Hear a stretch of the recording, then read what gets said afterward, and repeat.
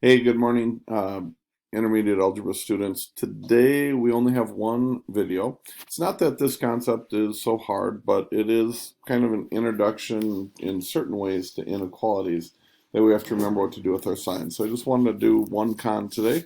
Some people have struggled with this one.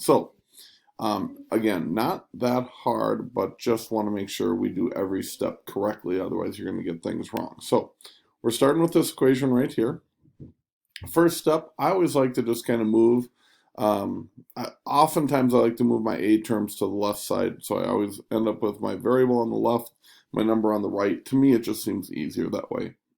So here's what I would do first. I first would get rid of the 80a from the right side. So I would subtract 80a. When I do that, I'm going to end up with negative 20a on the left. Still, plus the 64 is greater than or equal to negative 92. Then I'm going to take care of the plus 64. So I will subtract 64 from both sides. Or better said, I will add a negative 64 to both sides to cancel that. When I do that, I have 20a is greater than or equal to negative 156.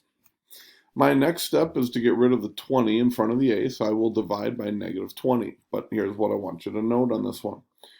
When you multiply or divide by a negative, the inequality sign will flip. So whichever way it was, it'll change. So instead of it being greater than or equal to, it then flips to being less than or equal to.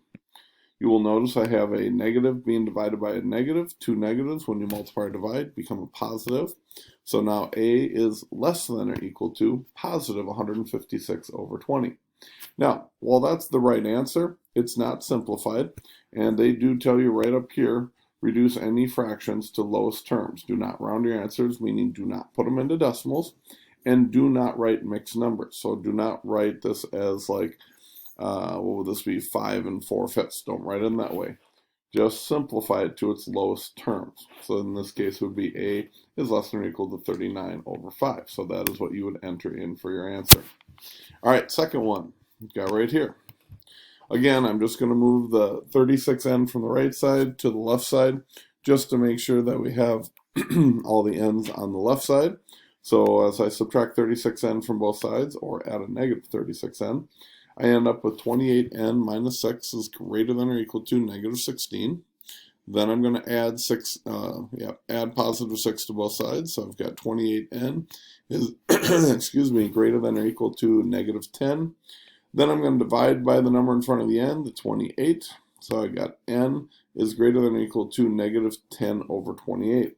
Oh wait, Mr. Anderson, you didn't flip the sign this time. Nope, it stayed greater than or equal to, and it stayed greater than or equal to, because the number I divided by was a positive. So the 28 was a positive.